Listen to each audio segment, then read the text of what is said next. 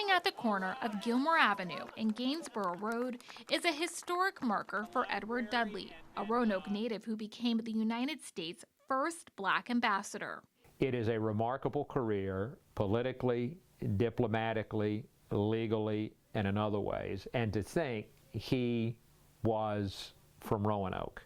Dudley was born in South Boston when his mom was visiting relatives, and a week or two later, they came home to the Gainsborough area of Roanoke. Eventually, he graduated from Addison High School. Former Roanoke mayor and local historian Nelson Harris, an applicant for the historical marker, says Dudley was going to follow his father's footsteps and become a dentist. However, he changed his mind, going to law school.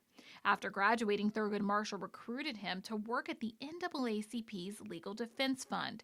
This work shaped his career. Dudley worked on civil rights issues, mostly in voting and transportation. But in talking to his son, his father's work with Thurgood Marshall was actually the most gratifying of everything he did in his career. He shifted from the courtroom to diplomacy. In 1948, President Harry Truman appointed him as an emissary to Liberia, and he was later upgraded to ambassador, making him the first African American to hold that position. At the State Department, Dudley advocated for better hiring and promotions for blacks.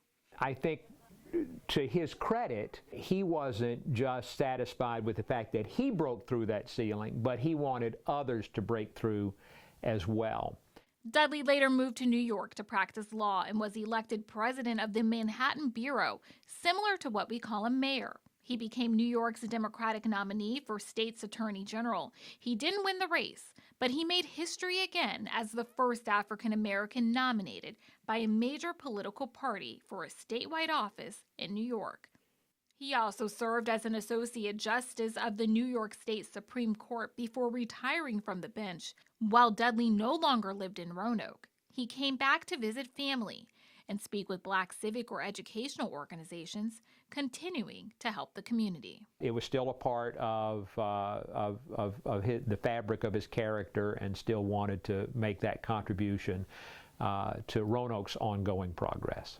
The historic marker sits about 3 blocks from the Dudley House, which is a Virginia historic landmark. WSLS had a chance to speak with Dudley's son at the unveiling of the historic marker in 2024.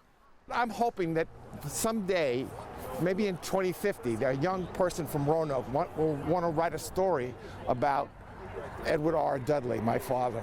And that's what's most important. Hoping to keep his father's legacy alive, Edward R. Dudley IV donated his father's papers and pictures to the Gainsborough Library to recognize his Roanoke heritage.